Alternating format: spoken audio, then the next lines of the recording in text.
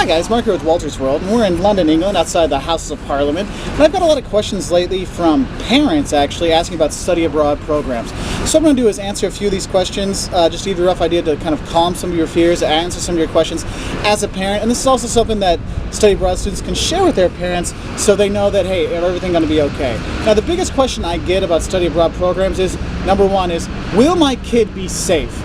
Now guys, I won't lie to you, accidents do happen. I know about people that were here in England that looked the wrong way and got hit by a car, but you're not going to be any more safe or less safe than they are where they are right now.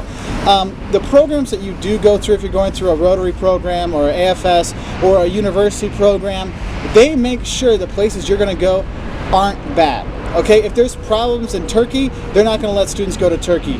I know I'm at the University of Illinois and there were some issues with North Korea. They canceled all Korea trips. So don't think that your child is going to be super safe, like everything's going to be fine. Just know that it's going to be probably the same level of risk they have going to their normal university. Okay, so just know the university and the programs they're with, they're going to take every precaution they can to keep your child safe. But the thing is, guys, if your child decides to get drunk and go out until 6 o'clock in the morning, bad things tend to happen then, and that's not the program's fault. So a lot of the issues I see with ending up in the hospital and stuff like that is bad decisions by the students. It's not the program. So just have a little talk with your kids before they go, and that'll clear up a lot of the issues, I think. And a lot of the programs have these, safety briefings. I know when I take students abroad, we have 2 classes talking about drinking. We talk about, safety issues, what happens if there's a terrorist attack, all these kind of things. The second question I get is, how much will it cost? Now this depends on the program you're with, to be honest. Some universities you just pay the same tuition that you do at home. Others you pay the tuition of where you're going. Other ones it's somewhere in between. So that's something it's a case-by-case basis.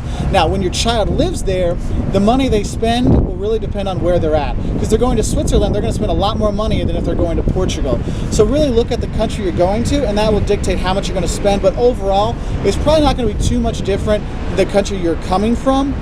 But realize that if you're coming from a cheap country, well then if you're going to a more expensive one, there's going to be a bigger difference.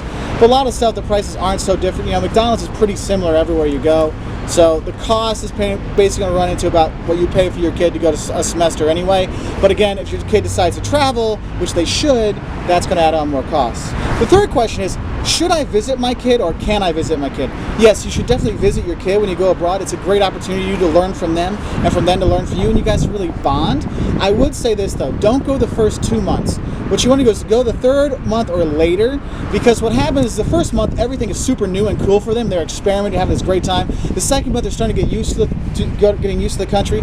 It's the 3rd month when they get a little homesick, they miss mama and all these kind of things, and that's when you can come in and help them, because you can help them get over that homesickness by seeing them, letting them show you their city, because it'll be their city then, they'll understand it, and it makes them feel more comfortable there. And really honestly, I know with my parents, when they came to see me when I lived in Berlin, it changed our relationship completely from a father, son, or parents, this relationship to a friendship relationship. So I highly recommend you do go visit your kids when they are abroad. The 4th question I have is, what happens if my kid gets sick?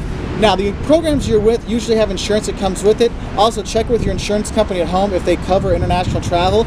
But I would recommend getting secondary insurance. And if something does happen, they will be paying out of pocket, and then you get reimbursed later. So if they, maybe you need to get them a credit card so they can have a longer line of credit if something bad happens. Now, the good thing is, if you're outside the U.S., healthcare is a lot more affordable, so it's not too big of a deal. But if you're in the U.S. and you're studying abroad in the U.S., it can be very expensive, okay? So just know it's going to come out of the pocket. You're going to get reimbursed later, and I would get extra insurance just in case. So talk to your insurance agent about that, or the university or program that's putting it on, and see what they say.